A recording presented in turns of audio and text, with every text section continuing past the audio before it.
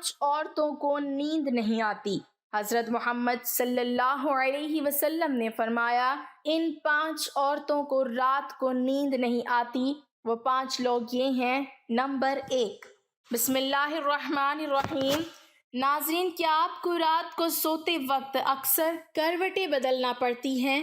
تو اس کی وجہ جو بھی ہو مگر اس کا نتیجہ جلد موت کی شکل میں بھی نکل سکتا ہے۔ یہ بات برطانیہ میں ہونے والی ایک طبی تحقیق میں سامنے آئی ہے۔ ایک یونیورسٹی کی تحقیق میں بتایا گیا کہ جن افراد کو رات کو نیند نہیں آتی یا آدھی رات کو جاگ جاتے ہیں، ان میں جلد موت کا خطرہ بہت زیادہ ہوتا ہے۔ اس تحقیق میں 5 لاکھ درمیانی عمر کے افراد کو شامل کیا گیا تھا اور دریافت کیا گیا کہ نیند کے مسائل سے 2-4 افراد بالخصوص ذیابطیس کے مریضوں میں اس کے نتیجے میں کسی بھی وجہ سے موت کا خطرہ 87% تک بڑھ جاتا ہے۔ محققین کا کہنا تھا کہ یہ ہم پہلے سے ہی جانتے ہیں کہ نیند کی کمی اور خراب صحت کے درمیان مضبوطی تعلق موجود ہے، مگر نئے نتائج چونکا دینے والے ہیں۔ انہوں نے کہا کہ ڈاکٹروں کی نیند کے مسائل کو بہت سنجیدہ لینا چاہیے تاکہ ان میں خطرے کو کم کیا جا سکے۔ ان کا کہنا تھا کہ ذیابطیس سے ویسے ہی مختلف امراض سے موت کا خطرہ 67% تک بڑھ جاتا ہے، مگر ایسے مریضوں کو بے خوابی یا نیند کے دیگر مسائل کا سامنا ہو، ان کے لیے یہ خطرہ 87% تک بڑھ جاتا ہے۔ اس سے قبل 2019 میں کیلیفورنیا یونیورسٹی کی ایک تحقیق میں بتایا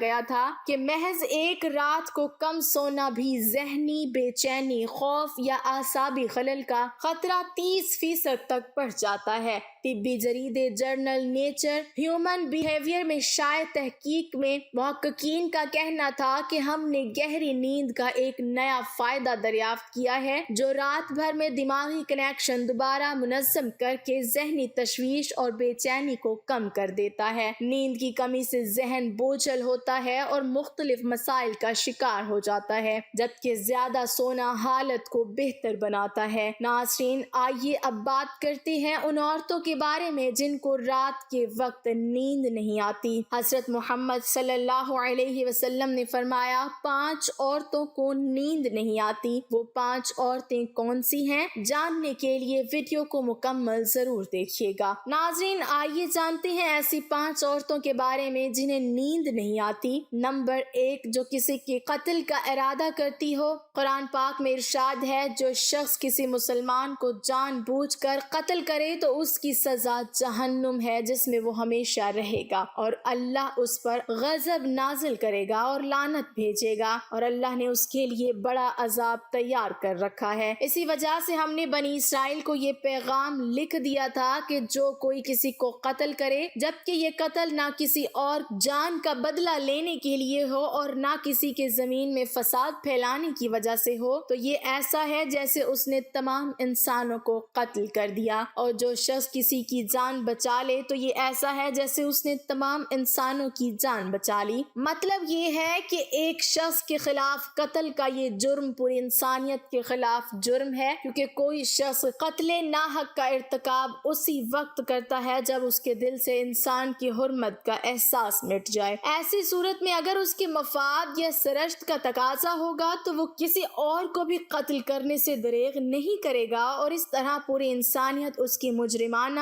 ذہنیت کی ضد میں رہے گی۔ نیز جب اس ذہنیت کا چلن عام ہو جائے تو تمام انسان غیر محفوظ ہو جاتے ہیں۔ لہٰذا قتل ناحق کا ارتکاب چاہے کسی کے خلاف کیا گیا ہو اور چاہے وہ مرد ہو یا عورت، تمام انسانوں کو یہ سمجھنا چاہیے کہ یہ جرم ہم سب کے خلاف کیا گیا ہے۔ نمبر 2، جس کے پاس مال و دولت ہو اور اسے کسی پر بھروسہ نہ ہو۔ ناظرین، اکثر عورتوں میں یہ بخیل پن پایا جاتا ہے کہ وہ یا تو ہر کسی پر بھروسہ کر لیتی ہیں اور بے وقوف بن جاتی ہیں، لیکن جب اسے کہیں پر بھروسہ کرنا پڑ بھی جائے تو وہاں بھی اپنی بے وقوفی دکھاتے ہوئے ناسمجھی کا مظاہرہ کر جاتی ہے جو اسے بہت نقصان پہنچا جاتا ہے۔ ناظرین، مرد ہو یا عورت، تاریخ کے ہر دور میں ایک سے بڑھ کر ایک دولت مند کرۂ ارض پر نمودار ہوا اور گردش ماہ و سال کے بعد مٹی کا ڈھیر بن گیا۔ اس کے باوجود حضرت انسان سمجھنے کے لیے تیار ہی نہیں۔ دولت کے انبار پانے کے بعد صرف پیغمبر اور اولیاء ہی استقامت پر کھڑے نظر آئے، ورنہ زیادہ تر دولت نے انسان کا دماغ خراب کیا اور انسان غرور کا شکار ہوا،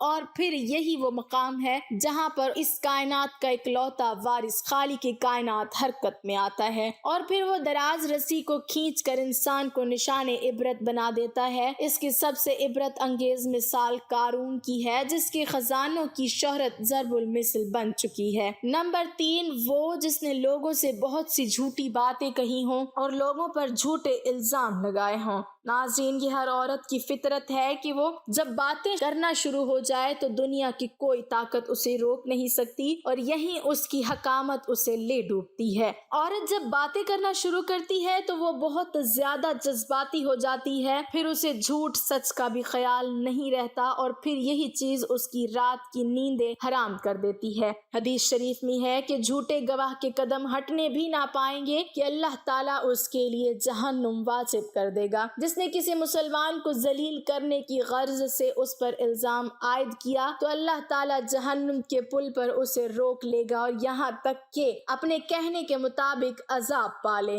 جو کسی مسلمان پر ایسی چیز کا الزام لگائے جس کے بارے میں وہ خود بھی جانتا نہ ہو تو اللہ تعالیٰ اسے جہنمیوں کے خون اور پیپ جمع ہونے کے مقام میں اس وقت تک رکھے گا جب تک کہ اپنے الزام کے مطابق عذاب نہ پالے۔ نمبر 4، وہ جس کی ذمہ داری زیادہ ہو لیکن اس کے پاس دینے کے لیے کچھ نہ ہو۔ کائنات کی تلخ ترین اور شفاف حقیقت بھوک ہے۔ بھوک بڑی بدذات ہے۔ انسان، چرند پرند اور ہر ذی روح مخلوق اپنی بھوک کے سامنے بے بس ہو جاتے ہیں۔ یہی وجہ ہے کہ موجودہ حالات کے پیش نظر غربا اور بے سہارا لوگوں کے سامنے بھوک ایک بڑا مسئلہ بن کھڑی ہو گئی ہے۔